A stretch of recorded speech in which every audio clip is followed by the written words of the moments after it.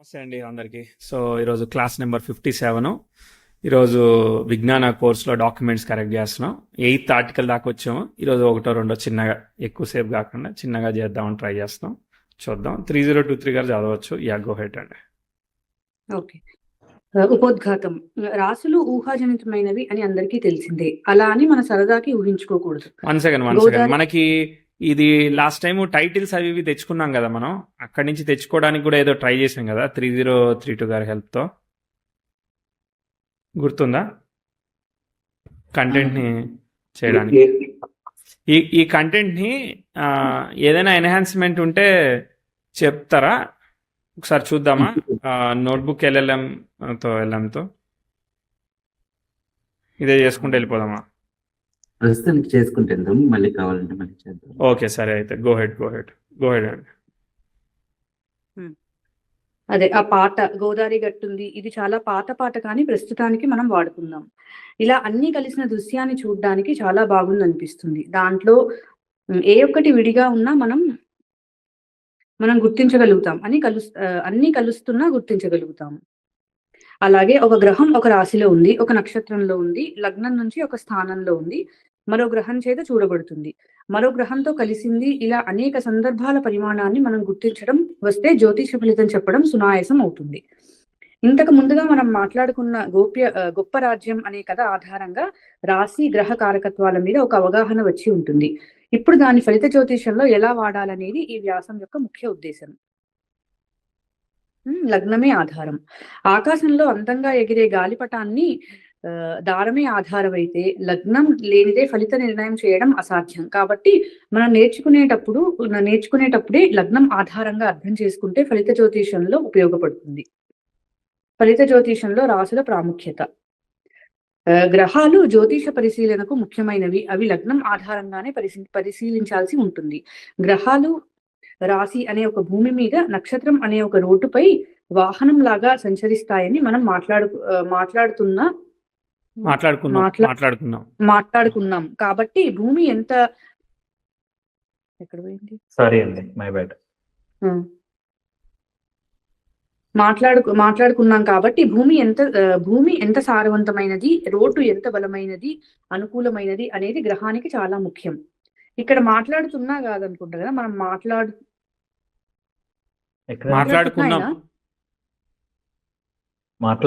కదా. మాట్లాడుకున్నాం. ప్రస్తుతానికి భూమిగా మాట్లాడుతూనే ఈ రాసులను అర్థం చేసుకునే ప్రయత్నం చేద్దాం. మాట్లాడుతూనేనా? ఇక్కడ కూడా ఏదో కొంచెం ఇది కూడా ఫిక్స్ చేయాలి. రాసుల విభజన. ప్రపంచంలో అన్ని సందర్భాలకు జ్యోతిష ఫలితాన్ని చెప్పాలి కాబట్టి మన అవసరం కోసం దాన్ని వాడాలంటే అనేక రకాలుగా విభజన చేస్తున్నారు. బేసి రాసులు, పగటి రాసులు, రాత్రి రాసులు, చరాస్థిర ద్విస్వభావ రాసులు. ద్విస్వభావ మీరు స్పెల్లింగ్ మిస్టేక్స్ చూసుకుంటున్నారు కదండి. ద్విస్వభావ. ఓకే. భూత వర్తమాన భవిష్య రాసులు, పొట్టి మధ్యమ పొడుగు రాసులు, సాత్విక రజో తామసిక రాసులు, మనుష్య పశు జల కీటక రాసులు, కీటక కూడా, అగ్ని భూమి వాయు జలరాశులు, పూర్ణ అర్ధ పాద నిర్జల రాసులు, గుడ్డి చెవిటి మూగ కుంటి రాసులు కాలపురుషాంగాలు. ఇవన్నీ ఫలిత భాగంలో ఎలా వాడుకోవచ్చో చెప్పే ప్రయత్నం చేస్తాను. డెఫ్ అండ్ డమ్ ఉన్నారనుకో ఎట్లా అవుతారు అనేది చెప్పడానికి అట్లాంటివి అనమాట. సో ఇప్పుడు అత్యాశపరుడు ఉన్నాడా, సాత్వికంగా ఉన్నాడా, ఎట్లున్నాడో అసలు మనిషిని జడ్జ్ చేయడానికి ఇవి కూడా కొంచెం ఉపయోగపడతాయి అనమాట. సో సాత్వికం అంటే ఏంటిది? నువ్వు ఏమి హెల్ప్ చేసినా చేయకపోయినా నేను హెల్ప్ చేస్తా. రాజసికం అంటే నువ్వు 10 రూపాయలు ఇస్తే నేను రివర్స్ 10 రూపాయలు ఇస్తా. తామసికం అంటే నువ్వు 10 ఇస్తే నేను 10 రూపాయలు చేసి 100 రూపాయలు ఎక్స్పెక్ట్ చేస్తాను అనమాట. అర్థమైందా? ఒక్కోసారి నువ్వు చేసిన దానికి కూడా తక్కువ రేట్లో నేను వర్కౌట్ చేసుకుంటా ఉంటాను. అది సో తామసికం ఎక్స్ట్రీమ్ అనమాట, డిజైర్ఫుల్ అనమాట. సో అట్లా గ్రహాలకు కూడా ఉన్నాయి. అదొక టాపిక్ ఉందిలే, మనం మాట్లాడుకుందాం. ఓకే. జలరాశులన్నీ పుట్టి రాసులు. ఓకే. సో కొన్ని రాసులు పొడుగు రాసు. ఇప్పుడు ధనస్సు చాలా పొడుగు అనమాట, తుల పొడుగు, కర్కాటకం పొడుగు, ఇట్లా కొన్ని ఉన్నాయన్నమాట. వీటికి కూడా ఉన్నాయి, మనం మాట్లాడుకుందాం topic. Okay. Water signs, mute signs. ఇప్పుడు ఒకసారి పిల్లలకి త్వరగా మాటలు రావట్లేదని అంటే అప్పుడు ద్వితీయము జలరాశిలో పంచమాధిపతి లగ్నాధిపతి అని జలరాశుల్లో ఉంటే జలరాశుల్లో ఉంటూ వక్రత్వ దోషాలు పడుతూ ఉంటాయి అనమాట. తర్వాత చెవిటి రాశులు అవి కూడా చూడాలి. జలరాశులు ఎందుకన్నారు సార్? అంటే అవేమైనా ఇబ్బందా జలరాశులు? జలరాశులు వాటర్ సైన్స్ అన్ని కూడా మ్యూట్ సైన్స్ అంటారు అనమాట. ఓకే ఓకే అదే అట్లా క్లాసిఫికేషన్. నీటిలో మనం మాట్లాడలేం కదా, అందుకే కావచ్చు, తెలియదు. ఓకే ఓకే అలా గుర్తుపెట్టుకుందాం. అలా గుర్తుపెట్టుకున్నాం అంతే. రైట్, గుర్తుపెట్టుకోవడం కావాలి కానీ అంతే. ఓకే, చెప్తున్నారు చూడండి, కంటిన్యూ. సరిరాశులు బేసి రాశులు 1 నుండి 12 రాశుల్లో మేషం నుండి లెక్కేస్తే సరి సంఖ్య కలిగినవే సరిరాశులు, బేసి సంఖ్య వస్తే బేసి రాశులు అవుతాయి. బేసి రాశులు వచ్చి 1, 3, 5, 7, 9, 11. సరిరాశులు 2, 4, 6, 8, 10, 12. బేసి రాశుల్ని పురుష రాశులని, సరిరాశుల్ని స్త్రీ రాశులని పరిగణిస్తారు. పురుష రాశులు సహజంగా క్రూర రాశులు, స్త్రీ రాశులు సౌమ్య రాశులు. ఫలిత జ్యోతిష్యంలో వాడడానికి ఇక్కడ ఒక సెకండ్ చెప్తా. ఇప్పుడు గ్రహాలు పురుషుడైనా స్త్రీ అయినా గ్రహాలన్నీ శరీరాశుల్లో ఉన్నాయనుకో, వాళ్ళు సాఫ్ట్ స్పోకెన్ ఉంటారు అనమాట.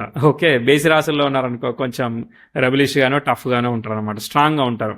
అమ్మాయిలకి శరీరాశుల్లో ఉండాలి, అబ్బాయిలకి బేసి రాశుల్లో ఉండాలి. అదే అమ్మాయిలకి బేసి రాశుల్లో ఉన్నారనుకో మరి స్ట్రాంగ్ ఉంటారు అనమాట. అది ఓకే, గో హెడ్. ఆపోజిట్ ఉండకూడదు, ఉంటే వాళ్ళు స్ట్రాంగ్ ఉంటారు. మళ్ళీ దానిలో క్లాసిఫికేషన్ ఉంటుంది. ఓకే, గో హెడ్ చదవండి. ఫలిత జ్యోతిష్యంలో వాడడానికి ఒక చిన్న ఉదాహరణ. ఒక్క నిమిషం అండి, ఇది సారీ నేను మిస్ అయ్యాను. ఇది ఎవరి లగ్నం నుంచి వాళ్ళకి కదా, మేషం నుంచి కాదు. మేషం నుంచే, ఎవరి లగ్నం నుంచి కాదు. ఎవరికైనా మేషం నుంచి. ఓకే ఓకే, ఎస్ మీరు వచ్చేసారా? Welcome back. Okay, go head.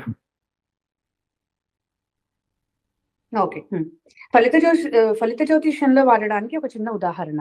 పంచమ రాశి పురుష రాశి అయ్యి పంచమాధిపతి పురుష భాగంలో ఉంటే పురుష సంతానం కలగవచ్చు. దీనిని పూర్తిగా వివరించలేదు, ఇంకా చాలా విషయాలు పరిశీలించాలి. దీనిని పూర్తిగా వివరించలేదా? దీన్ని పూర్తిగా అంటే అదొక్కటి అనుకుని మనం డిసైడ్ చేయలేమని చెప్తున్నట్టున్నారు. పురుషుడా స్త్రీయా సంతానం అని వివరించలేము.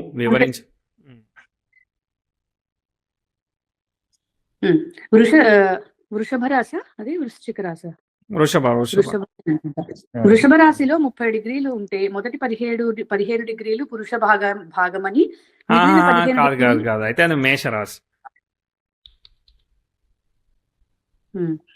మేషరాశిలో 30 డిగ్రీలు ఉంటే మొదటి 15 డిగ్రీలు పురుష భాగమని, మిగిలిన 15 డిగ్రీలు స్త్రీ భాగమని విభజిస్తారు.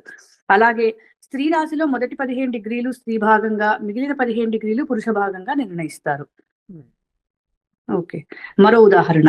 ఒక వ్యక్తి జాతకంలో గ్రహాలన్నీ స్త్రీ రాశుల్లో స్త్రీ భాగాల్లో ఉంటే ఆ వ్యక్తి పురుషుడైనా స్త్రీ వలె సున్నిత మనస్కుడు అయ్యేదానికి అవకాశం ఉంటుంది. అంతే.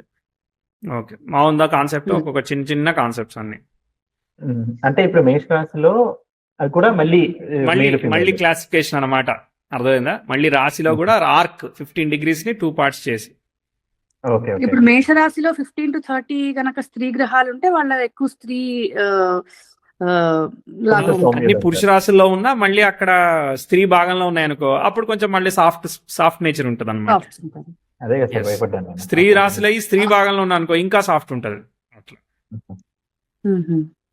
ఇప్పుడు ఏ భావానికి చూడాలి మనము? లగ్న భావమేనా లేకపోతే అన్ని? ఏం లేదు, జనరల్ గా రాశిని బట్టే క్లాసిఫికేషన్. గ్రహాలన్నీ ఎట్టా ఉన్నాయి ఓవరాల్ గా. ఇప్పుడు 9 గ్రహాల్లో ఎన్ని గ్రహాలు పురుష భాగాల్లో ఉన్నాయి, ఎన్ని గ్రహాలు పురుష రాశుల్లో ఉన్నాయి మనం క్యాలిక్యులేట్ చేసుకుని అర్థం చేసుకోవచ్చు.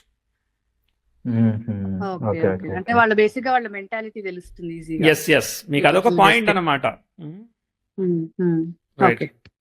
నెక్స్ట్ ఇదే కదా చరస్థిర ద్విస్వభావ రాశులు, చరరాశులు. మేషం, కర్కాటకం, తుల, మకరం మార్పు మరియు అనుకూలతను సూచిస్తాయి. మరియు ఈ రాశుల క్రింద జన్మించిన వ్యక్తులు చురుకుగా మరియు సరళంగా ఉంటారు. అంటే ఆ రాశుల్లో గ్రహాలు ఉంటేనా లేదా ఆ లగ్నాలు అంటున్నారా? అంటే ఆ లగ్నమైనా పర్వాలేదు, గ్రహం ఉన్నప్పటికీ కూడా. ఇప్పుడు ఎక్కువ గ్రహాలు ఆ చర్రాశిలో ఉన్నాయనుకో, he will be active personality. దానిలో ఒక లగ్నం అయిందనుకో ఇంకా యాక్టివ్ అనమాట, చురుకు. ఇప్పుడు స్పోర్ట్స్ ప్లేయర్ ఉన్నాడు, కూర్చుంటే కాదుగా ఆడాలిగా, సో అట్లా. చర అంటే మూవింగ్ అనమాట. ఇప్పుడు ఒక అతను మార్కెటింగ్ ఉన్నాడు, చర్రాసి ఉండాలి, ఉంటే బాగా తిరగలుగుతాడు, చేయగలుగుతాడు అలా అనమాట. మూవింగ్, ఇప్పుడు అంబులెన్స్ ఉంది మూవింగ్, అట్లా. చర ఉంటే స్ట్రాంగ్, ఫాస్ట్. ఇప్పుడు అశ్విని అనేది ఏంటిది నక్షత్రం, గుర్రాలు, అదేంటిది చర రాశి. సో చర కాబట్టి ఏంటి ఫాస్ట్ గా వెళ్ళిపోవచ్చు అనమాట. ఓకే ఓకే అవి అప్పుడు మనము మెడిటేషన్ చేసే వాళ్ళకి స్థిరరాశుల్లో ఎక్కువ ఉంటే వాళ్ళు చెర చేయలేరు కదా కాదుగా, గురువులు. అక్కడ స్థిరం ఉండాలి, కాన్స్టెంట్ కదా అది. ఆ, అప్పుడు అదే, అవి ఓకే. వృచ్చికము, సింహము, వృషభము, కుంభము ఇట్లాంటి కనెక్షన్ కావాలన్నమాట. ఉమ్. Okay right. ఓకే. చెర అంటే కదిలేది అని అర్థం. చెరరాశులకు 11వ స్థానం బాధక స్థానం అవుతుంది. శరీరము రోగయుక్తమైనప్పుడు ఈ బాధక స్థానంలో ఉన్న గ్రహము ఇబ్బంది పెట్టే అవకాశం బాధకుడు ఉంటుంది. కామ. ఇక్కడ కామ. జీవితం అంటేనే తికమక మకతిక. ఉద్యోగం బదిలీ వద్దు దేవుడా అంటే వెంటనే బదిలీ అయిపోతుంది. బదిలీ కావాలని కోరుకున్నా ఎంతసేపటికి బదిలీ కాదు. చెరరాశి ఇది దేనికి ఎగ్జాంపుల్? చెరరాశికి అదే చెర్రాసికి ఇప్పుడు మారద్దు ఉద్యోగం, నా లొకేషన్ బాగుందంటే కుదరదు కదా కొంతమందికి. ఎప్పుడు మారిపోతున్నాం సార్, 10 ఇక్కడ ఇప్పుడు వేరే కంట్రీకి వచ్చాం కానీ ఇక్కడ 10 స్టేట్స్ మారామని చెప్తారు కదా 10 years లో. అవును. అంటే అట్లాంటి గ్రహానికి ఆ గ్రహ నక్షత్రాధిపతి కూడా మనం చూసుకోవాలండి. చూసుకోవాలి ఇక దశాలాడు, ఆ దశాలాడు నక్షత్రం అన్ని చెరకి కనెక్ట్ అయ్యాయి అనుకో ఇక మూవింగే ఉంటది అనమాట. ఎప్పుడు ఇల్లు కొనుక్కుందాం అంటే కూడా కుదరదు అనమాట, ఎందుకంటే వెళ్ళిపోతామేమో అని చెప్పి కొనుక్కోలేరు అనమాట. అలా ప్రాబ్లమ్స్ అనమాట అవి. అవును, కొంతమంది ఇల్లు కూడా ఊరికే మారుతూ ఉంటారు కదా, అది రెంటెడ్ కానివ్వండి, కొనడం కానివ్వండి. స్థిర రాశి సపోర్ట్ లేదనమాట వాళ్ళకి అక్కడ. Okay go head. మళ్ళీ చెర అనే వక్రిస్తే మూలక- మీకు ఇంకొక స్పెషల్ పాయింట్. ఇప్పుడు గ్రహం చరరాశిలో వక్రించింది అనుకో, అది వెనకాల దానిలాగా అనమాట, దిశోభావ రాశిలాగా పనిచేస్తుంది. సో స్థిర రాశిలో వక్రించింది అనుకో, చరరాశిలాగా యాక్టివ్ అవుతుంది అనమాట, పనిచేస్తూ ఉంటుంది. అది కూడా అబ్జర్వ్ చేయాలి. ఒక గ్రహం స్వంత నక్షత్రంలో ఉందనుకో, అప్పుడు మళ్ళీ దాని రాశి ఏ రాశిలో ఉన్నాడో దానిలాగా పనిచేస్తుంది. అట్లాంటి కూడా అబ్జర్వ్ చేయాలి.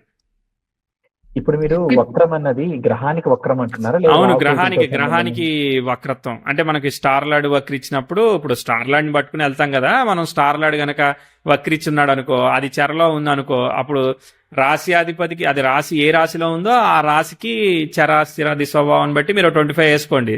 స్టార్ లార్డ్కి మళ్ళీ చర స్థిర దిశోభావం అప్లై చేస్తే దానికి 75 వేసుకోండి.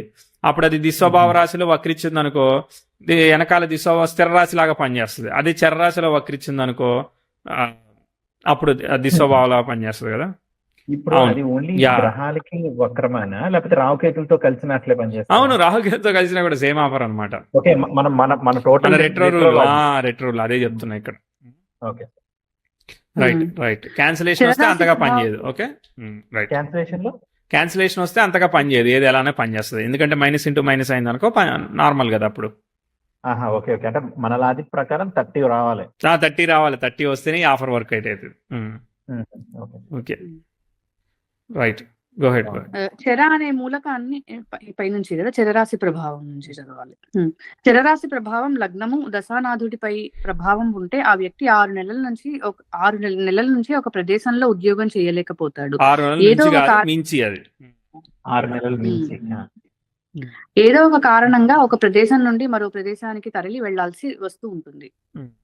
చెర అనే మూలకాన్ని 12 భావాలకు ఎలా అన్వయించాలి అనేది ప్రయోగిద్దాం.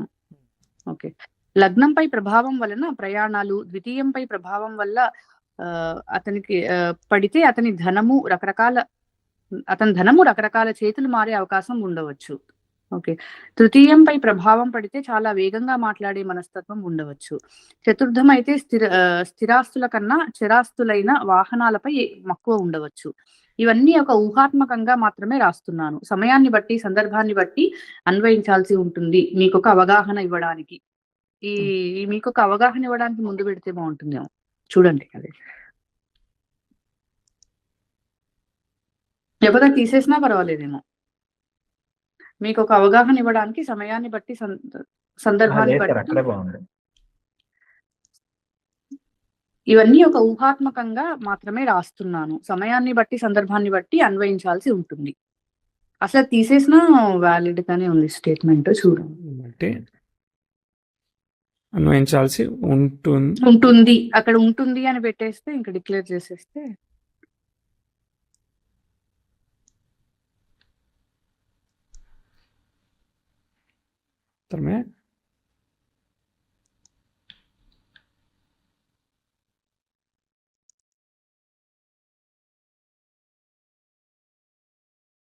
ఇవన్నీ ఒక అవగాహన. ఇవన్నీ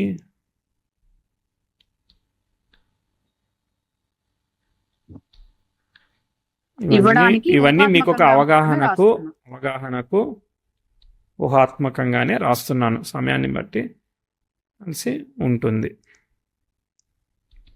ఓకే, రైట్. ఓకే, స్థిర రాశులు. స్థిర రాశులు అంటే వృషభం, సింహం, వృశ్చికం, కుంభం స్థిరత్వం మరియు అనుగుణ్యతను సూచిస్తాయి, మరియు ఈ సంకేతాల క్రింద జన్మించిన వ్యక్తులు నిర్ణయాత్మకంగా మరియు విశ్వసనీయంగా ఉంటారు. ఇదేంటిది అనుగుణ్యత? ఒక నిమిషం, అనుగుణ్యత అంటే ఏంటిది? అట్లనే అంటారా? దానికి ఏమైనా ఉందా?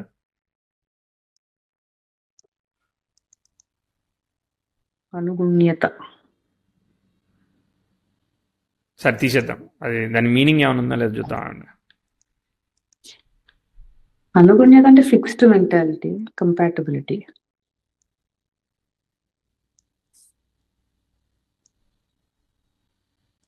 స్థిరత్వంను సూచిస్తాయి.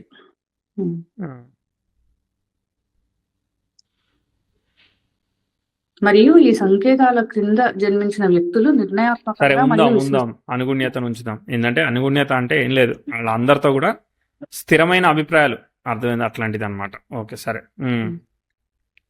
స్థిర రాశులకు 9వ స్థానం బాధక స్థానం అవుతుంది. ఏ విషయాన్ని మంచిగానో చెడుగానో నిర్ణయించలేము, కేవలం కాలమే సమాధానం చెప్పగలదు. ఉదాహరణకు ఒక వ్యక్తి ఒక ఉన్నత ఉద్యోగంలో 10 సంవత్సరాల నుంచి పనిచేస్తున్నాడు అనుకోండి, అదే పని అదే జీవితం ఒకే రకంగా స్థిరంగా ఉండటం వల్ల కొన్ని సందర్భాలలో వాళ్ళు మానసిక సంఘర్షణకు గురయ్యే అవకాశం కూడా ఉంటుంది. ఒక వ్యక్తికి స్థిరమైన ఆస్తి జీవితమంతా కలిగి ఉంటే అది ఆ వ్యక్తికి భరోసాగా కూడా మారవచ్చు. స్థిరము అనే విషయాన్ని సమయ సందర్భాలు బట్టి వాడవలసి ఉంటుంది. Okay, right. విశ్వభావ రాశులు. విశ్వభావ రాశులు మిథునం, కన్యా, ధనస్సు, మీనం.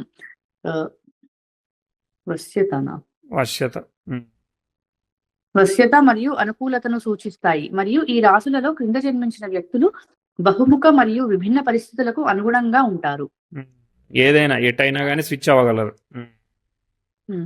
ప్రతి విశ్వభావ లగ్నంకు 7వ స్థానం బాధక స్థానం అవుతుంది. ఒక్క లైన్ అర్థం మీద దుస్వభావం అంటే ఏంటంటే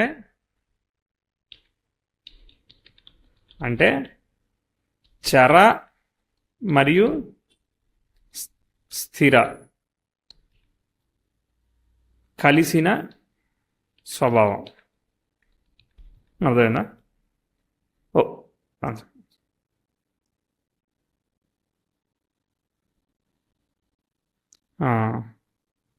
ఇక్కడ దీన్ని ఇక్కడ ముందుకు పెట్టండి, ఇక్కడ పెడితే బాగుంటుందేమో కదా. కాదు, ఇది స్వభావ రాశి. Okay, go head. ప్రతి విశ్వభావ లగ్న ఇది అయిపోయినట్టుంది కదా. బాధక స్థానం అవుతుంది, 7వ స్థానం బాధక స్థానం అవుతుంది. బాధకుడు నొప్పిని, బాధను తెలియజేస్తాడు. ఇది స్థిరమైనది కాదు, చరమైనది కాదు, సందర్భానుసారంగా మార్పు పొందేది. అంటే ఒక వ్యక్తి ఒక ప్రదేశంలో ఎప్పుడూ ఉంటాడని, రకరకాల ప్రదేశాలకు మారుతూ ఉంటాడని ఖచ్చితంగా చెప్పలేము. అవసరం వస్తే మారచ్చు, అవసరం లేకపోతే అక్కడే ఉండొచ్చు. వారి నిర్ణయాలు, ఆలోచనలు సందర్భం బట్టి, పరిస్థితిని బట్టి తీసుకోవాల్సి ఉంటుంది. చరరాశులు అన్నిటికన్నా బలమైనది, స్థిర రాశులు అంతకంటే తక్కువ, చివరిగా ద్విస్వభావ రాశులు నిలుస్తాయి. అంటే ఒక గ్రహం విశ్వభావ రాశి కంటే స్థిర రాశిలో ఉంటే బలమైనది, ఒకవేళ చరరాశిలో ఉంటే అది ఇంకా బలమైనదని అర్థం చేసుకోవచ్చు. బలము అనేది శుభాన్ని, అశుభాన్ని ఎంతైనా ఇవ్వడంలో బలంగా ఉండవచ్చు, ఏదైనా ఇవ్వడంలో బలంగా ఉండవచ్చు. భూత, వర్తమాన, భవిష్య రాశులు. రాశులను 3 రకాలుగా విభజించారు. భూతకాలం అంటే జరిగిపోయినది, వర్తమాన కాలం అంటే ప్రస్తుతం జరుగుతున్నది, భవిష్య కాలం అంటే జరగబోయేది అని అర్థం. ఇది ప్రశ్న జ్యోతిషంలో ఎక్కువగా వాడుతున్నారు. ఒక వ్యక్తి ఒక వ్యాపారం ఉదాహరణను పెడితే బాగుంటుందేమో. ఒక వ్యక్తి ఒక వ్యాపారం చేయాలని అనుకుంటున్నాడు. ప్రశ్నకాల లగ్నం భవిష్య రాశిని సూచిస్తే అతనికి లాభాలు రావడానికి చాలా సమయం పట్టవచ్చు. ప్రస్తుత కాలం సూచిస్తే తగిన కష్టానికి అప్పటికప్పుడే లాభాలు వస్తాయి. భూతకాల రాశిని సూచిస్తే గతంలో అతను చేసిన పని వల్ల ఈ వ్యాపారంలో లాభాలు వచ్చే అవకాశం ఉంటుంది. గతంలో ఎటువంటి ప్రయత్నం లేకపోతే తక్కువ లాభాలు వస్తాయి. ఓకే, ఇదే విషయాన్ని జన్మజాతకంలో పరిశీలిస్తే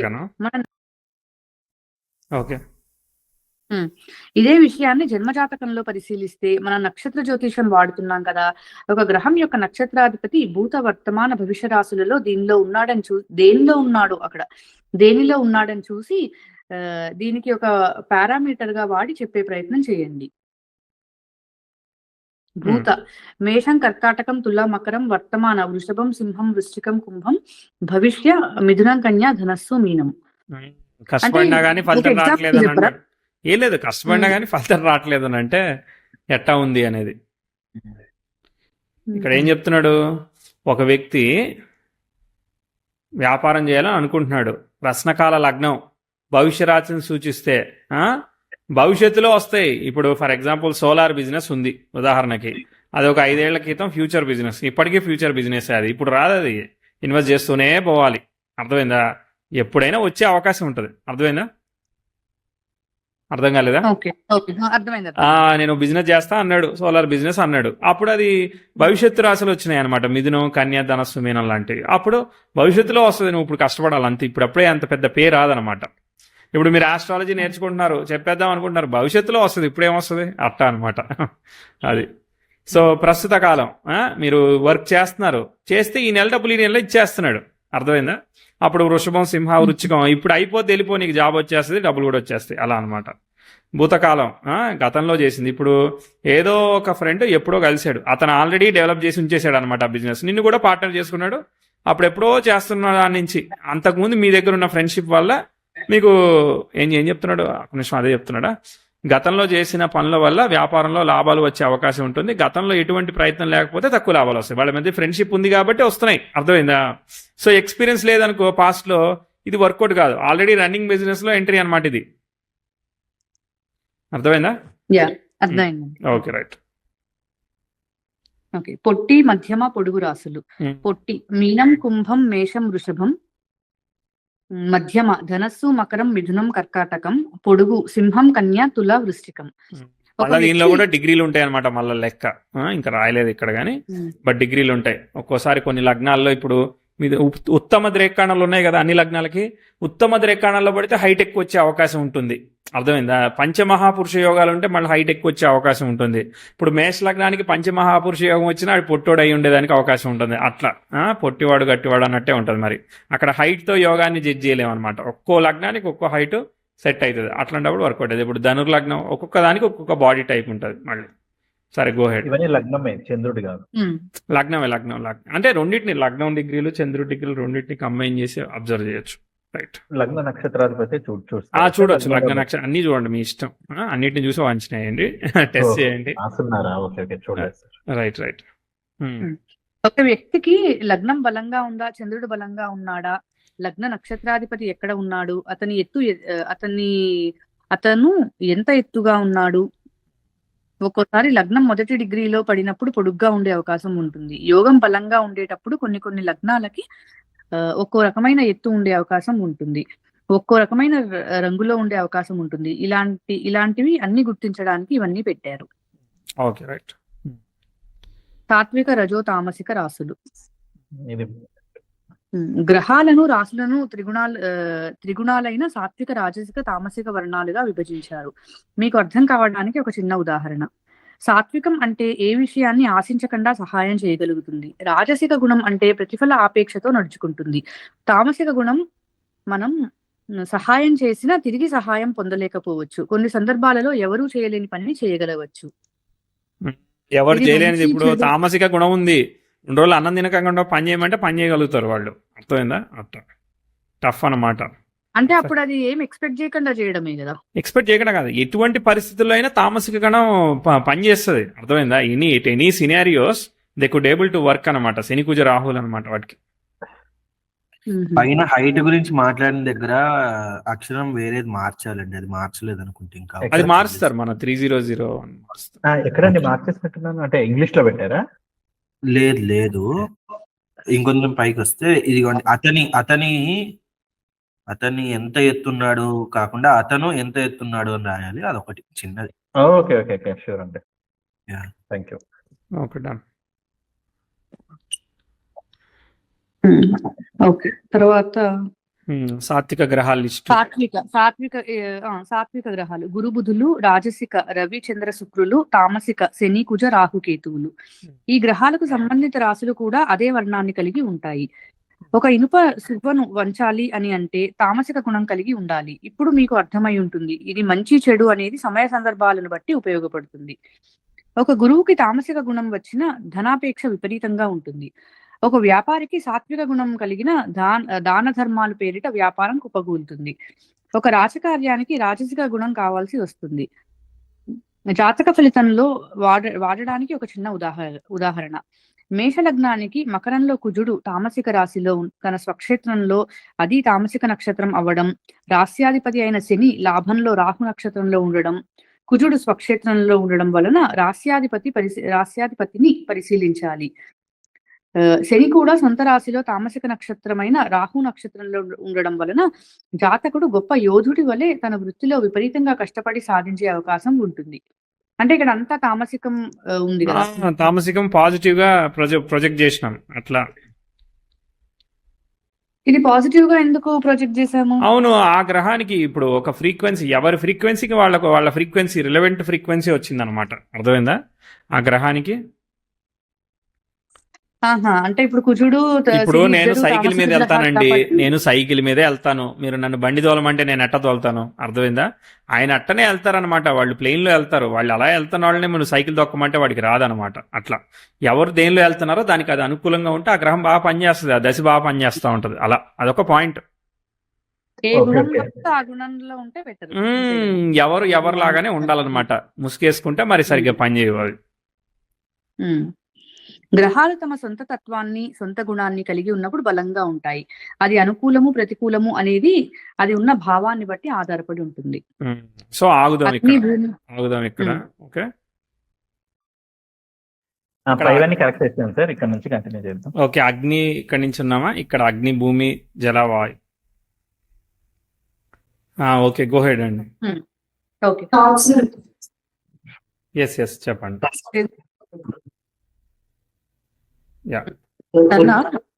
సార్ ఒక చిన్న డౌట్ సార్. ఇప్పుడు ఇది పాతది మనము ఉన్న సార్ విజ్ఞాన కోర్స్ అదేనా సార్? ఇది మళ్ళీ లేటెస్ట్ గా మాడిఫై అయిందా? పాత డాక్యుమెంట్లే. పాత డాక్యుమెంట్ మనం పాత డాక్యుమెంట్ గానే అంటే కరెక్షన్ చేస్తున్నారు అంతేనా సార్? జస్ట్ కరెక్షన్ చేస్తున్నాం అంతే. గ్రామటికల్ ఎర్రర్స్ కరెక్ట్ చేస్తున్నాము. ఏదైనా కొత్త విషయాలు అనిపిస్తే మీరు అడగండి అని పెట్టినాం అంతే. Okay sir. సార్ ఇక్కడ చిన్న డౌట్ సార్. ఇందాక పైన తామసిక రాజసిక అన్నారు కదా. అవును. సో అవి గ్రహాలు ఆయా నక్షత్రాలకి కంఫర్టబుల్ కాదా అని, అంతే కదా? అవును, మోస్ట్లీ ఎస్. గ్రహము, ఆ రాశి, నక్షత్రం 3 ఉంటది అనమాట. తామసిక రాశులు ఉంటాయి, తామసిక నక్షత్రాలు ఉంటాయి, తామసిక గ్రహాలు ఉంటాయి. ఓకే. ఇప్పుడు సాత్విక రాశులు అంటే ధనుర్మీనాలే. ధనుర్మీనాలు సాత్విక రాశులు కదా. మిథున కన్యలు కూడా సాత్విక కన్యలు. అంటే ఇప్పుడు గురు బుధులు అని ఉన్నది కదా సార్. అంటే కన్యా ప్లస్ ఇది మిథునం కూడా సాత్వికం కావచ్చు. సాత్వికం, అవును, సాత్వికమైనది. అంటే గ్రహాలను తీసుకుంటూ వాళ్ళు రాశులు తీసుకోవాలి అంతే కదా సార్? ఇప్పుడు శని అంటే మనం తామసం కింద తీసుకున్నాం. అవును, శనిని తామసికం కింద తీసుకున్నాం కదా. ఇది ఇక్కడ ఉన్నాయి కదా. అదేనా ఇప్పుడు వాటికి సంబంధించిన గ్రహాలకు సంబంధించిన రాశులు సాత్విక, తామసిక, రాజసిక. వాటి నక్షత్రాలు కూడా అంతే అన్నమాట, సేమ్ సిమిలర్ గా. అంటే గురు నక్షత్రాలన్నీ సాత్విక నక్షత్రాలు, బుధ నక్షత్రాలన్నీ సాత్విక నక్షత్రాలు. అంటే ఇప్పుడు చిన్న డౌట్ సార్, సారీ. ఇప్పుడు దేవ, మనుష్య, రాక్షస అది సంబంధం లేదు ఇక్కడ. అది సంబంధం లేదు, ఇది వేరే, అది వేరే. ఓకే. ఇప్పుడు ఒక ఎగ్జాంపుల్ కి ఫర్ మేష లగ్నానికి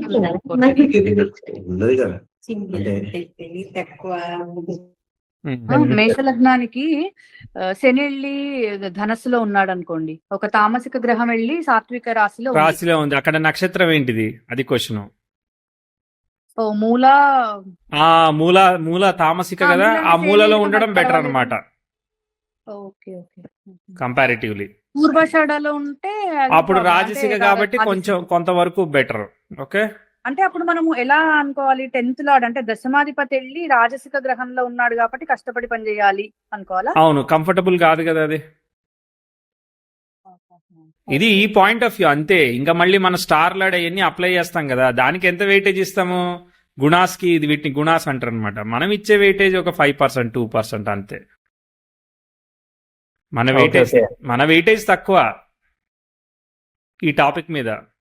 ఓకే ఓకే అర్థమైంది సార్. అంటే మనం జనరల్ గా వాళ్ళకి కోణాలతో ఉన్నారా కేంద్రాలతో ఉన్నారా మనం చూసే మేజర్ రూల్స్ ఇవన్నీ కొంత వెయిటేజ్ అనమాట. దీనికి సర్టెన్ వెయిటేజ్ అంతే. ఇప్పుడు మీరు అంటే తిరిగి ఒక 2 మార్కులు ఇవ్వచ్చా సార్ అంతేనా? అంతే 100కో 2 మార్కులు ఇస్తాం అంతే. ఇది ఈ టాపిక్ ని మీనాటు నాడిలో కూడా కవర్ చేసాము. ఇప్పుడు ఒక అతను లవ్ మ్యారేజ్ చేసుకున్నాడు, ఓకే, ఇంటర్ కాస్ట్ మ్యారేజ్ చేసుకున్నాడు. అట్లాంటప్పుడు కూడా ఇట్లా తామసిక గ్రహం సాత్విక గుణంలో గాని, సాత్విక గుణము తామసిక గుణాన్ని ఆక్యుపై చేయడం అంటే నక్షత్రం. ఇప్పుడు గురువు వచ్చేసేసి స్వాతిలో ఉన్నాడండి మిథున లగ్నానికి. సో ఏమైతుంది, తామసిక దాన్ని ఆక్యుపై చేసింది. పంచమంలో నుండి గురువు చూస్తున్నాడు, కానీ ఏమైతుంది, తామసిక గుణం వల్ల గురువు గుణాన్ని కోల్పోవడం వల్ల వాడు బాగా చదువుకుంటాడు, సూపర్గా చదువుకుంటాడు, కానీ చదివిన చదువుని రైట్ వేలో వాడుకోలేకపోతా ఉంటాడు. కొంతమంది చూడండి, అదే జాక్ ఆఫ్ సబ్జెక్ట్స్ ఏదో ఉంది కదా ఫార్ములా, అన్నిటి మీద కమాండ్ ఉంటుంది, కానీ రైట్ వేలో వాడుకోలేకపోతా ఉంటారు అనమాట. అట్లాంటివి అనమాట ఇవన్నీ. Okay okay. ఒక చిన్న point. Okay sir, okay sir, okay అంతేనా, నేను చెప్పిందే పాయింట్ అన్నారు. ఓకే రైట్ రైట్ ముందుకు ఇది ఇంకా చదివాము. నెక్స్ట్ పంచభూతాల గురించి. పంచభూతాలను 4 భూతాలు రాసి అగ్ని భూమి వాయు జలరాశులు. రాశులను సార్ చిన్న డౌట్ సార్, ఏం లేదు. ఇప్పుడు తామసిక రాజసికం అంటే ఒకసారి లవ్ మ్యారేజ్ చేసుకుంటే ఈ తామసిక రాజసికం అని అన్నారు కదా సార్, చిన్న ఎగ్జాంపుల్. ఇప్పుడు ఇంతకుముందు అదే చెప్పాను కదా, ఇప్పుడు గురువు వెళ్ళి స్వాతిలో ఉన్నాడు ఉదాహరణకి, అప్పుడు తామసిక గుణాన్ని ఆక్యుపై చేశాడు కదా. అట్లాంటప్పుడు ఒకసారి సబ్ క్యాస్ట్ అంటే అవన్నీ మళ్ళీ లవ్ మ్యారేజ్ కాంబినేషన్ అన్ని ఉండాలి, ఉండి అవన్నీ జరిగితే అవన్నీ అవుతాయి. అర్థమైందా? Okay sir. మళ్ళీ డెసిషన్ మేకింగ్ కూడా ఉంటుందిగా, మళ్ళీ మన రెట్రోగ్రెషన్. మనం వెయిటేజ్ చెప్పాం కదా 2% అని, కంగారు పడకండి అందుకని. Okay sir, okay sir, okay right చెప్పండి. రాశులను 4 రకాలుగా విభజించారు. అవి మేషం నుండి కర్కాటకం వరకు, సింహం నుండి వృశ్చికం వరకు, వృశ్చికం నుండి మీనం వరకు. ఈ ఒక్కొక్క 4 రాశులకి 4 తత్వాలను ఆపాదించారు. అవి వరుసగా అగ్ని భూమి వాయు జలరాశులు. 5వ పంచభూతమైన ఆకాశం అన్నింటిలోనూ ఉంటుందని చెప్పారు. ఇవి ఫలిత జ్యోతిష్యంలో అనేక రకాలుగా వాడుతుంటారు.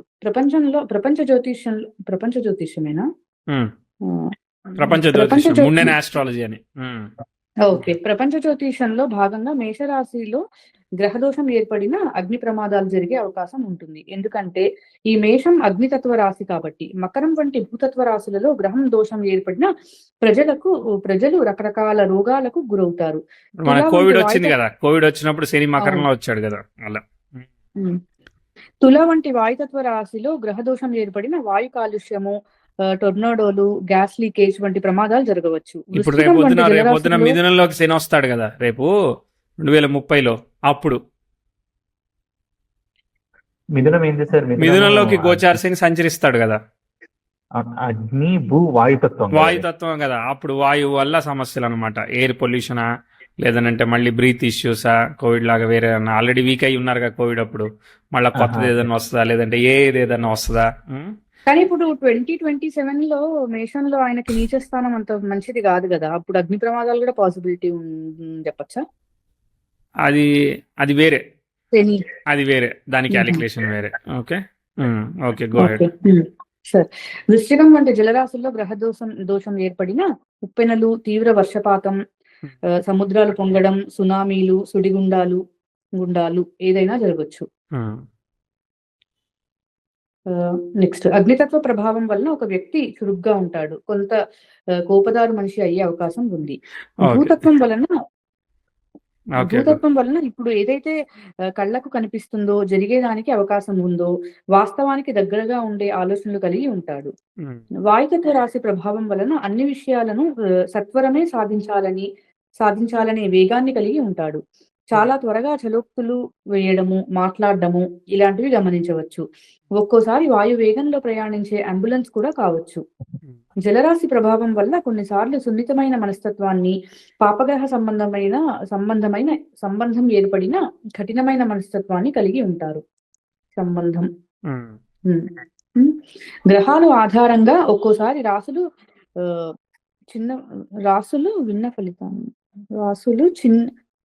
భిన్న ఫలితాన్నేమో అది. రాశులు ఉన్న ఫలితాన్ని కూడా ఆ, ఇవ్వడానికి ఒక్కోసారి గ్రహాల ఆధారంగా ఒక్కోసారి రాసులు భిన్న ఫలితాన్ని కూడా ఇవ్వడానికి సిద్ధమవుతాయి. భిన్న అంటే వేరేనే కదా, అంతే. ఉమ్, గ్రహాలు కూడా ఈ విధంగా 4 రకాలుగా వర్గీకరించారు. రవి కుజులు అగ్నితత్వ గ్రహాలు. అవి అగ్నితత్వ రాశుల్లో ఉంటే బాగా బలంగా ఉంటాయి. అగ్నికి పరస్పర శత్రువైన జలరాశుల్లో ఉంటే బలహీనమవుతాయి. ఈ విధంగా కూడా ఇక ఈ విధంగా కూడా ఇక గ్రహబలాన్ని నిర్ణయించడానికి రాశితత్వాలను పరిశీలిస్తుంటారు. ఉమ్, ఈ విధంగా కూడా ఇక గ్రహ బలాన్ని లేకపోతే ఇక తీసేయచ్చేమో. ఉమ్, గురువు ఆకాశతత్వ గ్రహం, శని రాహువు వాయుతత్వ గ్రహాలు. చంద్ర శుక్ర కేతువు జలతత్వ గ్రహాలు, బుధుడు భూతత్వ గ్రహం. మరో చిన్న విషయం పరిశీలిస్తే జలము భూమి మీద పడితే మొక్కలు పెరుగుతాయి. అగ్నికి వాయువు తోడైతే మరింత గొప్పగా మండే అవకాశం ఉంటుంది. మేషాధిపతి అయిన కుజుడు వాయుతత్వ రాశుల్లో బలంగా ఉండడానికి అవకాశం ఉంటుంది. అలాగే జలరాశికి అధిపతి అయిన చంద్రుడు భూతత్వమైన వృషభంలో పొందాడు. తత్వాలను అర్థం చేసుకోవడానికి ప్రయత్నించండి. మరి మకరంలో కుజుడు ఎందుకు ఉచ్చలో ఉన్నాడని అడగండి. ఉమ్. సార్ ఇక్కడ ఇది బాగుంది, నేను ఒక చిన్న టేబుల్ పెడతాను, అది Ah. బాగుంటే చూడండి, లేకపోతే తీసేయండి. ఓకే ఇట్లా టేబుల్ అవుతుందా? వద్దంటారా? ఓకే ఓకే టేబుల్స్ అవన్నీ యాడ్ చేయండి, నో ప్రాబ్లం. పర్లేదా? ఓకే. No problem. నెక్స్ట్ పూర్ణ అర్ధ పాద నిర్జల రాశులు. నిర్జల రాశులు. ఓకే, పూర్ణ జలరాశులు 100%. కర్కాటకం, మీనం, ఒకసారి మకరం. నాగండి, అసలు ఇది ఎందుకు ఉంది అనేది. ఇదేంటంటే ఇప్పుడు ఫర్ ఎగ్జాంపుల్ ఇప్పుడు పిల్లలు పుట్టడానికి ఫిమేల్ చార్ట్లో జలరాశుల్లో గ్రహాలు బాగున్నాయి అనుకో, అక్కడ మనకి అంత బాగుంటుంది అనమాట. అంటే పిల్లలు కలగడానికి ఈజీ అవుతుంది అనమాట. ఒక్కోసారి నిర్జల రాశులు అంటే లిక్విడ్ ఉండాలి కదా, సో ఆ నిర్జల రాశుల్లో పడ్డాయి అనుకో, పంచమాధిపతి సరిగ్గా బ్యారెల్ సైన్స్ అంటారు అనమాట. అది సరిగ్గా లేకపోతే సంతానం కలగడానికి ఛాన్సెస్ తగ్గిపోతూ ఉంటాయి అనమాట. అది అందుకోసం ఈ టాపిక్ వాడుతూ ఉంటారు. Go head. ఓకే, పూర్ణ జలరాశులు 100%. కర్కాటకం, మీనం, మకరం అర్ధజల రాశులు 50%. వృషభం, ధనస్సు, కుంభం పాద జలరాశులు 25%. మేషం, తుల, వృశ్చికం నిర్జల రాశులు 0%. కన్యా, మిథునం, సింహం. అది సారీ. ఓకే సరే. అనేక పాపగ్రహాలు పూర్ణ జలరాశుల్లో ఉన్నా అది ఒక రక జలదోషం అయ్యి ఆ వ్యక్తి జీవితంలో సంతోషానికి ఇబ్బంది కలిగించే అవకాశం కూడా ఉంటుంది. ఆపోజిట్ అనమాట అది. అంటే పాపగ్రహాలన్నీ జలరాశుల్లో ఉన్నాయి అనుకో, అదో ఇబ్బంది, తలనొప్పి. ఇప్పుడు అదొక కర్కాటకంలో addiction ఇప్పుడు combination. 1977లో కర్కాటకంలో శని ఉంటాడు, అర్థమైందా? అట్లా టఫ్ అన్నమాట. అంత ఈజీగా కన్విన్స్ చేసుకోలేము వాళ్ళని మనం. ఆ రవిశనులు కలిసి ఉన్నారనుకో ఇంకా టఫ్ అన్నమాట. అంటే మనం ఇది ఓన్లీ ప్రపంచ జ్యోతిషానికే వాడతామా? ప్రపంచ జ్యోతిషానికి వాడవచ్చు, పర్సనల్ జ్యోతిషానికి వాడచ్చు, అన్నిటికీ వాడచ్చు. ఓకే, అక్కడ ప్రపంచ జ్యోతిషంలో ఫ్లడ్ వస్తుంది, వరద, ఉప్పెన ఏదో ఒకటి వస్తుంది. ఇది ఎక్కువగా సంతాన విషయంలో ఫలితం చెప్పడానికి వాడుతుంటారు. పంచమాధిపతి, దాని నక్షత్రాధిపతి పూర్ణ జలరాశుల్లో ఉంటే సంతాన దోషం లేనట్టయితే సునాయాసంగా సంతానం కలుగుతుంది. అదే ఒకవేళ నక్షత్రాధిపతి నిర్జల రాశుల్లో పడినట్లు అయితే సంతానం కష్టమవుతుంది. సంతానం కలగడానికి అన్న హార్మోనల్ ఇష్యూస్ వస్తాయి. మనుష్య, పశు, జల, కీటక రాశులు. మనుషులు, పశువులు, జలరాశులు, కీటకాలు ఇలా 4 రకాల జీవులు భూమి మీద మనుగడ సాగిస్తున్నాయి. రాశి చక్రంలో ఈ 4 రకాల జీవులను గుర్తించడం ద్వారా ఫలిత జ్యోతిషంలో రకరకాలుగా వాడుకోవచ్చు. ఓకే, 6వ స్థానం జాతక చక్రంలో చిన్న జంతువులను, 11వ స్థానం పెద్ద జంతువులను సూచిస్తుంది. ఒక వ్యక్తికి ప్రమాదం సూచించినప్పుడు ఏ జంతువు వల్ల ఇబ్బంది కలగవచ్చు? ఒక వ్యక్తి జంతువు వల్ల లాభం పొందినట్లయితే తేనెటీగల వల్ల లాభం పొందుతాడా? ఆవులు, గేదెలు వంటి వాటి వల్ల లాభం పొందుతాడా? కోళ్లను అమ్మి డబ్బులు సంపాదిస్తాడా? ఇలా చెప్పడానికి అవకాశం ఉంటుంది. మనుష్య రాశుల్లో పుట్టిన వారికి గ్రహస్థితి ఆధారంగా ఒక రకమైన శక్తి ఉంటుంది. జంతు రాశుల్లో పుట్టిన వారికి ఎక్కువగా కష్టపడే శక్తి ఉంటుంది. ఉదాహరణకు వృషభం జంతు రాశి. దీని వలన ఎంత పని ఇచ్చినా కూడా చేయగలిగే శక్తి ఉండవచ్చు. వైద్య రంగాల్లో తేలు విషయాన్ని కూడా విషాన్ని తేలు విషాన్ని కూడా మందుగా వాడే అవకాశం ఉంది. కొన్ని సందర్భాల్లో వ్యక్తులకు భోజనం ద్వారా గాని మరి ఏ ఇతర సందర్భాల్లో అయినా విషం వల్ల ఇబ్బంది ఏర్పడితే ఇలా వృశ్చికం వంటి గ్రహాలను పరిశీలించవచ్చు. కామగ్రహాలను పరిశీలించవచ్చు. మనుష్య రాశులు మిథునం, కన్య, తుల, కుంభం ధనస్సులో మొదటి భాగం. పశురాశులు మేషం, వృషభం, సింహం ధనస్సులో రెండవ భాగం, మకరంలో మొదటి భాగం. జలచర రాశులు కర్కాటకం, మకరంలో రెండవ భాగం, మీనం. కీటక రాశులు వృశ్చికం. గుడ్డి, చెవిటి, మూగ, కుంటి రాశులు. భగవంతుడు అన్ని అవయవాలను మనకు ఇవ్వడం అదృష్టం. కొన్ని సందర్భాలలో కొన్ని కారణాల వల్ల కావచ్చు, జన్మతః కావచ్చు, కొన్ని అవయవాలు లేక మనుషులు ఇబ్బంది పడుతూ ఉంటారు. గుడ్డి మేషం, సింహం ధనస్సు, చెవిటి. ఇప్పుడు ఈ రాశులు అయ్యాయి కదా, ఈ రాశిలో ఇప్పుడు గుడ్డి అని అంటే మళ్ళీ నేత్రకారకుడు రవి శుక్రులు ఏదన్నా డిస్టర్బ్ అయ్యారనుకో అదో దోషం అనమాట. Right, go head. అలా కారకులు అంటే ఈ రాశుల్లో వక్రత్వం ఉన్నా గానీ అవును. ఇప్పుడు ద్వితీయం మేషం అయింది. ఇప్పుడు మీనం వాళ్ళకి మేషం ద్వితీయమైంది. ఆ ద్వితీయంలో నేత్రస్థానంలో ఇప్పుడు నేత్రకారకుడు రవి ఎక్కడో నీచంలో పడిపోయాడు. ద్వితీయంలో గ్రహాలు వక్రత దోషాన్ని బట్టాయి. ద్వితీయాధిపతి పోయాడు అనుకో, అప్పుడు ఇబ్బందా కాదా నేత్రం? అలా అనమాట. ఓకే, డిఫెక్ట్ అనమాట. 168 పోయాయి అనుకో చార్ట్ లో, అన్నిటికీ డిఫెక్ట్లు ఉన్నాయనుకో, ఇట్లా కూడా అఫ్లిక్ట్ అయ్యాయి అనుకో, అప్పుడు ఇతనికి చెవుడు, ఇతనికి మూగ, ఇతనికి కుంటి అని ఇట్లా చెప్పడానికి అనమాట ఇవన్నీ. ఓకే ఇప్పుడు కొంతమందికి మిడ్ ఆఫ్ ద టైమ్ లో యాక్సిడెంట్ అవుతుంది చూసారా, అట్లాంటి కూడా ఐడెంటిఫై చేయొచ్చు అనమాట. అవి మధ్యలో గ్రహాలు వక్రిస్తాయి చూసారా, మధ్యలో గ్రహాలు వక్రించి చేంజ్ అయిపోతుంది.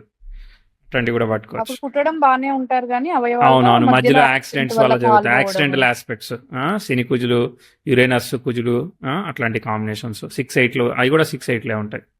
3-6-8 అట్లాంటివి ఉంటాయి. Go head. ఓకే. చెవిటి వృషభం, కన్యా, మకరం. మూగ మిథునం, తుల, కుంభం. కుంటి కర్కాటకం, వృశ్చికం, మీనం. పైన పేర్కొన్న విధంగా రాశులను విభజించారు. కుంటి రాశుల్లో గ్రహదోషం ఏర్పడిన శరీరంలో ఏదో ఒక భాగంలో సమస్య ఉండవచ్చు. ఉదాహరణకు ఒక చిన్న పిల్లవాడు ఇంకా మాటలు రావట్లేదు అని అంటే మీరు ఎలా పరిశీలించాలనేది చెప్తాను. ద్వితీయం వాక్కుస్థానం అవుతుంది. బుధుడు, గురువుడు వంటి గ్రహాలు ఎలా ఉన్నాయో చూడాలి. ద్వితీయాధిపతి యొక్క నక్షత్రాధిపతి, లగ్నాధిపతి, లగ్న నక్షత్రాధిపతి, చంద్రుడి యొక్క నక్షత్రాధిపతి, ఇలా అన్నీ కూడా మూగరాశుల్లో ఉండి అవి రాహుకేతువుల వల్ల ఏదో ఒక దోషాన్ని పొందితే, దశాధిపతి కూడా దోషంలో గనక ఉన్నట్లయితే అప్పుడు అది సమస్య అయ్యే అవకాశం ఉంటుంది. భావానికి లగ్నాధిపతిని, భావంలో ఉన్న గ్రహాలను, భావకారకుణ్ణి, దశానాథుణ్ణి, కారక రాశులను ఇలా అన్ని పరిశీలించి ఒక నిర్ణయానికి రావాల్సి ఉంటుంది. కొంచెం ట్రికీ టాపిక్.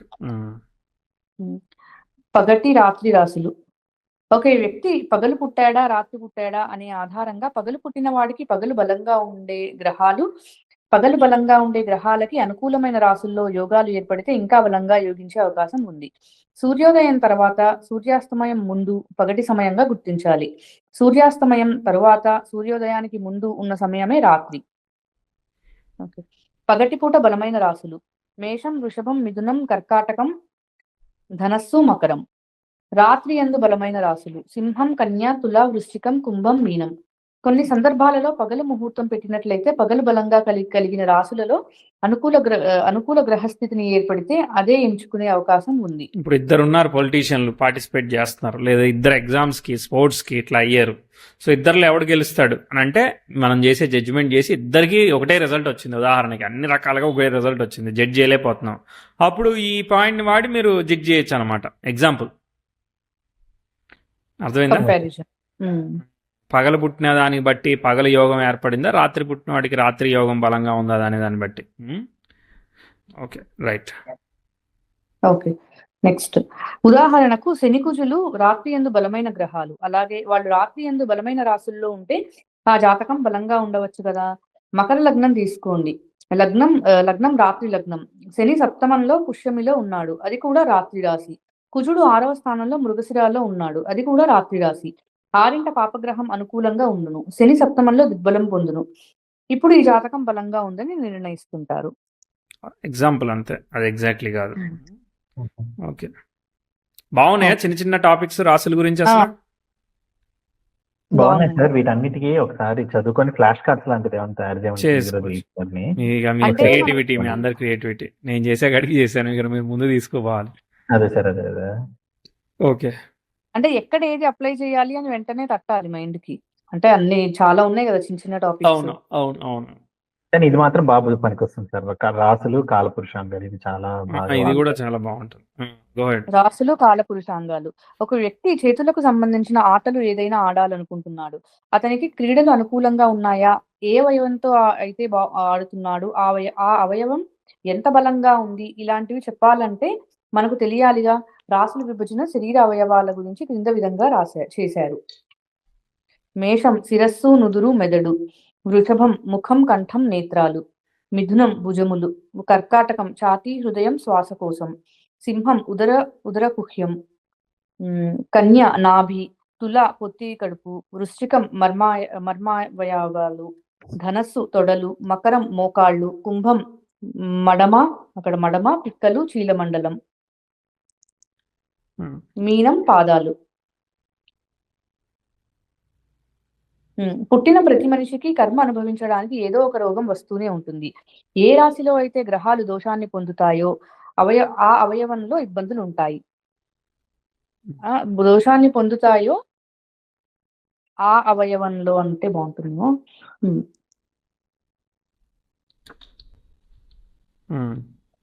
ఉదాహరణకు ద్వితీయము నేత్రస్థానము. నేత్రకారకుడైన రవి లేక శుక్రుడు ఈ రాశిలో ఉండి దాని నక్షత్రాధిపతులు రాహుకేతు సంబంధాన్ని కానీ, వక్రదోషాన్ని కానీ, ఎక్కువ పాపగ్రహ సంబంధాన్ని కానీ ఏర్పడిన కంటికి సంబంధించిన వ్యాధులు వచ్చే అవకాశం ఉంటుంది.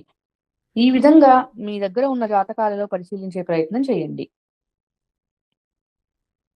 రాసుల కారకత్వాలు.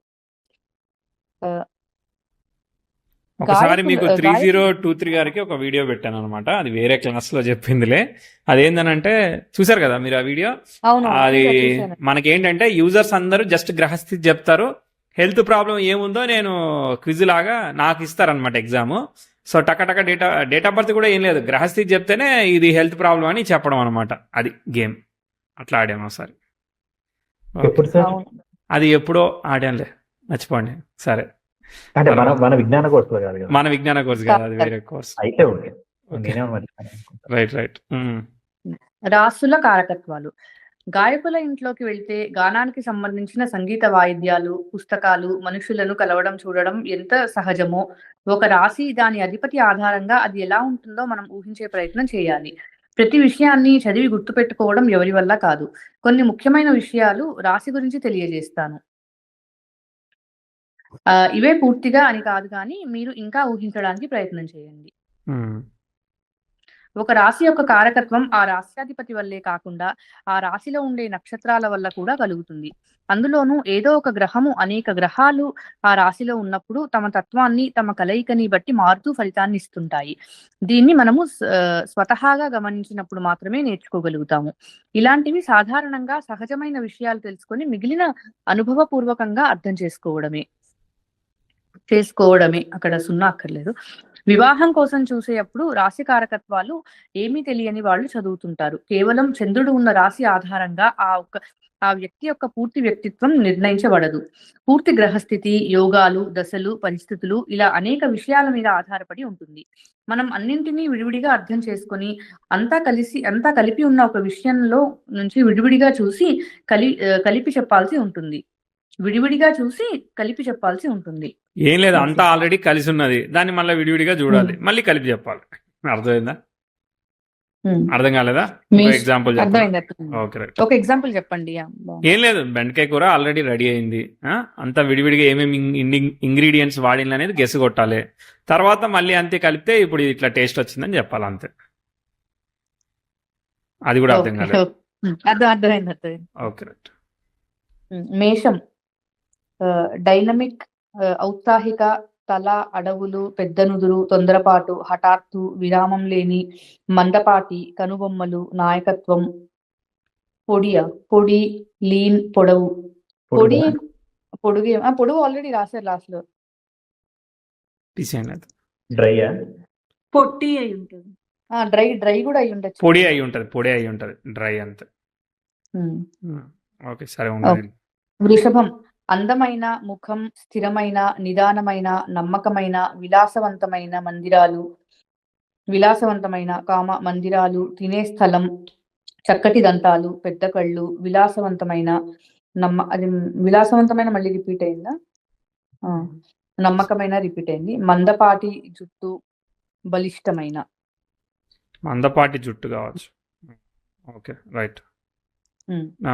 మిథునం ఇక ఇవన్నీ లిస్ట్లే ఇక కారకత్వాలు అనమాట. చదువుకుంటే చదువుకోండి. ఇవన్నీ ఒకసారి నేను చూసి ఏం లేదు, బేసిక్ కారకత్వాలు లిస్ట్ అంతే ఇది.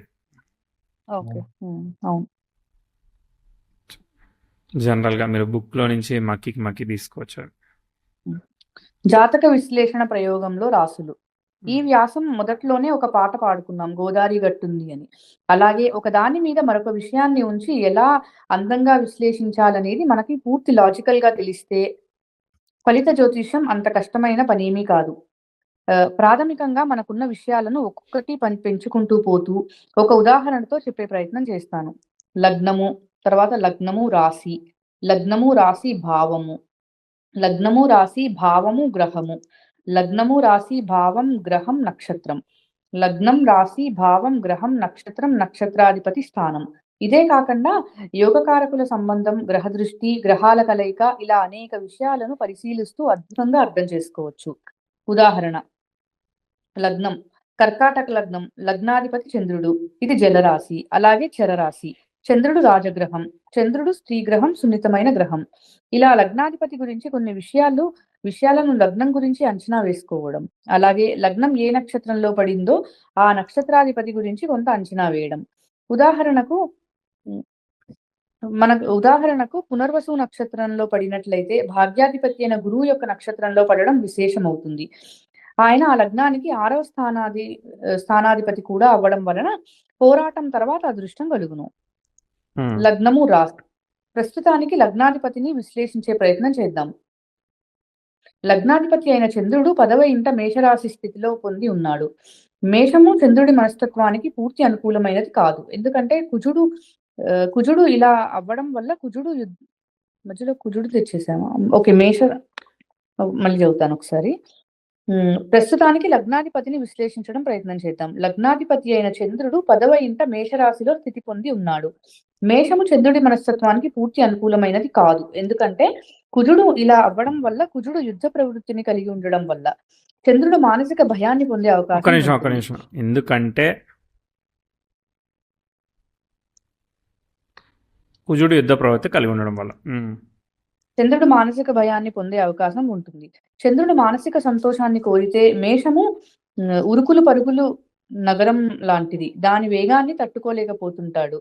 కానీ చంద్రకుజులు మిత్రులు అయినందువలన కొంతవరకు అది మిత్రరాశి అవుతుంది. లగ్నం రాశి భావం. ఇప్పటికీ మనకి రాశి గురించి ఒక అవగాహన వచ్చింది. రాశి కన్నా స్థానం చాలా గొప్పది. అక్కడ స్థానం ఫిక్స్ చేయాలి. ఎందుకంటే ఒక వ్యక్తి సంతోషంగా ఆరోగ్యంగా ఉన్న పని చేయడానికి ఇష్టపడకపోవచ్చు. ఒక గ్రహం యొక్క స్థానము లేక భావము అనేది పని చేయడానికి సుముఖంగా ఉందా లేదా అనే విషయం తెలియజేస్తుంది. లగ్నం నుంచి 10వ స్థానమైన మేషంలో ఉండడం వల్ల లగ్నాధిపతి స్వయంగా రాజ్యాధిపతి స్థానమైన దశమంలో ఉండడం వలన కీర్తి, పేరు ప్రతిష్టలు కలుగుతాయి. అక్కడ లగ్నాధిపతి కూడా ఫిక్స్ చేయాలి. అంటే జాతకుడు తన జీవితంలో అందరికీ ఉపయోగపడే, తద్వారా తనకి కూడా ఉపయోగపడే అద్భుత కార్యాలు చేయగలుగుతాడు. గొప్ప ఉద్యోగం, అధికారం కలిగి ఉంటాడు. లగ్నం రాశి భావం గ్రహం. లగ్నం చంద్రుడిది అయినది, రాశి మేషము, కుజుడి యొక్క రాశి. భావము 10వ స్థానమైంది, గ్రహము చంద్రుడు ఉన్నాడు. ఇప్పుడు ఇవన్నీ కలిపితే చంద్రుడి యొక్క లగ్నానికి చంద్రుడు స్వయంగా దశమ స్థానంలో ఉండడం విశేషం. చంద్రుడు అవ్వడం వలన ఒక ఉద్యోగంలో ఉండాలనుకోకుండా మానసిక సంతోషాని కోసం రకరకాల ఉద్యోగాలను మారాలని అవకాశం కూడా ఉంటుంది. అది కుజుడి యొక్క ఇల్లు అవడం వల్ల ఎప్పుడూ కూడా సున్నితంగా జరగాల్సిన ఒక పని కూడా కంగారుతో ఒత్తిడిని పెట్టుకుని పనిచేసే ప్రయత్నం చేస్తాడు.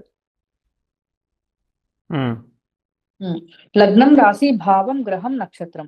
ఇప్పుడు చంద్రుడు రవి యొక్క నక్షత్రమైన కృత్తికలో ఉన్నాడని అనుకుందాం. రవి నక్షత్రం మిత్ర నక్షత్రం అవడం మంచిదైంది. కృత్తిక 1వ పాదంలో పుష్కర నవాంశ కూడా అవ్వడం మరో విశేషం. ధనాధిపతి నక్షత్రం అవ్వడం వల్ల జీవితంలో తన ఉద్యోగం ద్వారా మంచి ధనము సంపాదించుకునే అవకాశం ఉంటుంది. అక్కడ పుష్కర నవాంశ. లగ్నం, రాశి, భావం, గ్రహం, నక్షత్రం, నక్షత్రాధిపతి స్థానం. మన నక్షత్ర జ్యోతిషం నేర్చుకుంటున్నాం కాబట్టి ఒక గ్రహం ఏ స్థానంలో ఉన్నది అనే దానికన్నా దాని నక్షత్రాధిపతి ఎక్కడ ఉన్నాడు అనేది విశేషం అవుతుంది. ఈ సందర్భంలో చంద్రుడు రవి నక్షత్రంలో ఉంటే రవి దశమ స్థితి అయిన మేషంలో ఏ నక్షత్రంలో ఉన్నా చంద్రుడు ఉచ్చ పొందిన రవి నక్షత్రంలో ఉండడం వలన చంద్రుడికి పరిపూర్ణంగా దశమ స్థానం యొక్క విశేష ఫలితాలు అందుతాయి. ఒకవేళ ఇదే సందర్భంలో రవి గనుక